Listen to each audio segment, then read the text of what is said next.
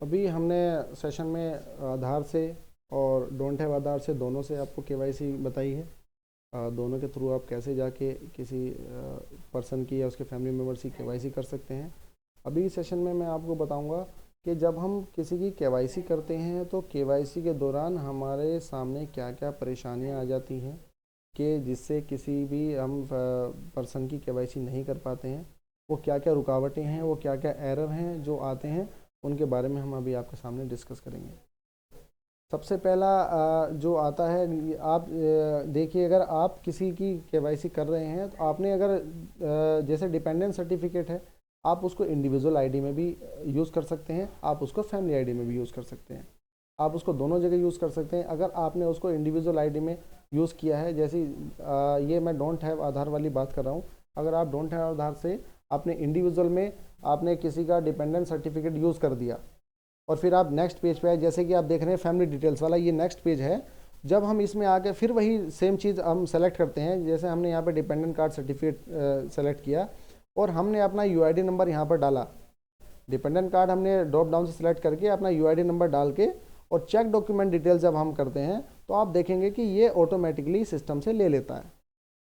ये बहुत केसेस में अगर आपने वहाँ पे अगर आप चाहते हैं कि आपको ये नहीं करना है, आपको दूसरा कोई डॉक्यूमेंट सेलेक्ट करना है, तो आप ऊपर से जाके इसको चेंज कर सकते हैं। अदरवाइज दोनों पेजेस में आप सेम डॉक्यूमेंट अपलोड कर सकते हैं। ये वैलिड है इंडिविजुअल की आईडी के लिए, क्योंकि इसमें सभी की डिटेल्स होती हैं। आपकी डिटेल्स है, आपकी फैमिलीज़ की डिटेल्स है। As a individual ID, as a family ID, आप इस पेज को, आप इस डॉक्यूमेंट्स को दोनों जगह यूज़ कर सकते हैं। सबसे पहला तो ये आपको बता दिया। उसके अभी मैं बताऊंगा कि जब आप केवाईसी करते हैं तो क्या क्या एरर आते हैं। वो एरर मैं आपके सामने अभी दिखाऊंगा। सबसे पहला जो एरर आता है वो एरर आता है अनदर हाउस होल्ड। जब आप डिटेल्स पेज पर पूरी डिटेल्स फिल कर देते हैं और लास्ट में जब सबमिट का ऑप्शन आपके पास आता है, जब आप सबमिट पर क्लिक करते हैं तब ये डायलॉग बॉक्स खुल के आता है और उसमें लिखा होता है force ID already added in another household और BS करके एक यूआईडी नंबर लिखा रहा है। आप देखेंगे कि यूआईडी नंबर जो लिखा है वो आपका है, जो यूआईडी नंबर आ रहा है वो आपका आ रहा है, लेकिन उसके आगे जो लिखा आ रहा है BS, ये क्या लिखा रहा है? BS मतलब ये है BSF का। यानी कि जो आपकी आईडी है, जो आपकी यूनिक आईडी है, वही आईडी का कोई पर्सन BSF में भी है जो पहले ही KYC अपनी करा चुका है, यानी वो पहले ही इनरोल हो चुका है। इसलिए सेम आईडी होने के कारण ये आपको इसमें परमिशन नहीं दे रहा है कि आप इसमें फर्दर प्रोसीड करें। इसके लिए आपको क्या करना होगा, जब आप सेकंड पेज में फैमिली डिटेल्स में जाते हैं और आपने ड्रॉप डाउन से अपनी चीज़ें अपने फैमिली डिटेल्स में आपने मान लीजिए अपना आई कार्ड सेलेक्ट किया, अनदर MHA सर्टिफाइड आईडी, इसमें आप अपना आई कार्ड डालेंगे लास्ट वाले में। और जब आप अपना यूआईडी नंबर डालेंगे तो उससे पहले आपको अपना फोर्स के जो आपकी CISF है उसके 2 लेटर आपने कैपिटल में डालने हैं, यानी CI और आपने अपना यूआईडी नंबर 1 2 3 जो भी आपका यूआईडी नंबर है आप उसको डालेंगे। और उसके बाद जब आप चेक डॉक्यूमेंट करेंगे फिर वही सेम प्रोसेस, चेक डॉक्यूमेंट करेंगे, आप डॉक्यूमेंट अपलोड करेंगे। अपलोड करने के बाद जब आप फाइनली सबमिट करेंगे तो आपकी KYC डन हो जाएगी। ये एक कॉमन एरर है जो बहुत आ रहा है, तो अगर भविष्य में आपके सामने भी आई होप आएगा तो उसका ये है ऑप्शन है कि आप अगर ये एरर आपको शो हो रहा है तो आप UID से पहले CI सबके स्टार्टिंग के 2 लेटर कैपिटल में आप डाल के UID नंबर डालेंगे। उसके बाद आप प्रोसीड करेंगे तो आपकी KYC डन हो जाएगी। सबसे पहला एरर ये था। इसके बाद जो दूसरा एरर आता है वो है ये Ayushman CAPF ID not found for corresponding member so can not proceed further. ये एक डायलॉग बॉक्स खुल के आता है।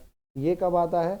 जब आप स्टार्टिंग में जब आप जाते हैं सर्च बेनिफिशियरी में जाके जब आप सर्च करते हैं किसी पर्सन के फैमिली मेम्बर्स को कि किसकी KYC हुई है या किसकी आपको KYC करनी है, तो ये नीचे पूरी डिटेल्स खुल के आती है। जब ये डिटेल्स खुल के आती है, लेकिन जब आप कलेक्ट KYC पर क्लिक करते हैं तो ये डायलॉग बॉक्स आता है, ना कि वो KYC का पेज खुलता है, ये डायलॉग बॉक्स खुल के आ जाता है। इसका मतलब ये है कि ये जो मेंबर्स यहाँ पर आपको दर्शाए गए हैं इनकी PMJAY ID जो यूनिक आईडी होती है आयुष्मान कार्ड पर छपी होती है, वो आईडी इन मेंबर्स की अभी जनरेट नहीं हुई है। इसका ये मतलब है। तो आपको इसके लिए क्या करना है, आपको सबसे पहले ये चेक करना है कि इनकी आईडी जनरेट नहीं हुई है। फिर आपको अगर इनकी कोई अर्जेंट है तो आप एक अपने फोर्स हेडक्वार्टर में संपर्क करें, तो इनकी जनरेट आईडी जैसे ही PMJY आईडी जनरेट होगी, फिर जब आप दोबारा प्रोसेस करेंगे, जब आप क्लिक करेंगे तो सेम आपको KYC का पेज खुल के आ जाएगा। तीसरा जो मेन एरर आ रहा है वो आ रहा है डाटा वैलिडेशन फेल।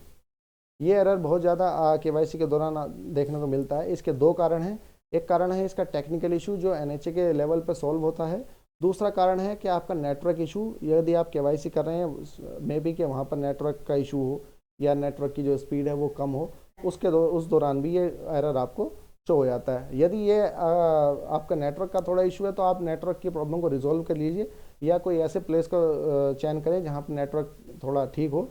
और अगर ये एरर फिर भी आपको शो हो रहा है तो आपको 3 या 4 टाइम्स या मे बी 5 टाइम्स आपको इस पर ओके करना है, फिर सबमिट करना है, फिर ओके फिर सबमिट। मतलब इस प्रोसेस को आप 4-5 बार करेंगे तो ये फाइनली सबमिट हो जाता है। अगर उसके बाद भी सारी चीज़ें आप कर ले रहे हैं, नेटवर्क भी ठीक है और आपने 4-5 बार इसको ट्राई भी कर लिया लेकिन ये एरर बार बार नहीं रिजोल्व हो रहा है, तब आप अपने फोर्स हेडक्वार्टर में इसकी कंप्लेंट करें कि ये एरर आ रहा है, ताकि वो NHA के लेवल पर उसको रिजोल्व किया जा सके। ये मेनली बेसिकली 3 एरर हैं जो KYC के दौरान आते हैं। इसके अलावा और कोई एरर अभी तक कोई सामने नहीं आया है। तो ये थे जो बेसिक चीज़ें थी। पहले सेशन में हमने आपको आधार से, दूसरे में नॉन आधार से और थर्ड में जो KYC के दौरान जो दिक्कतें, जो प्रॉब्लम आती है उनके बारे में बताया गया है। Hope you understand. Thank you so much.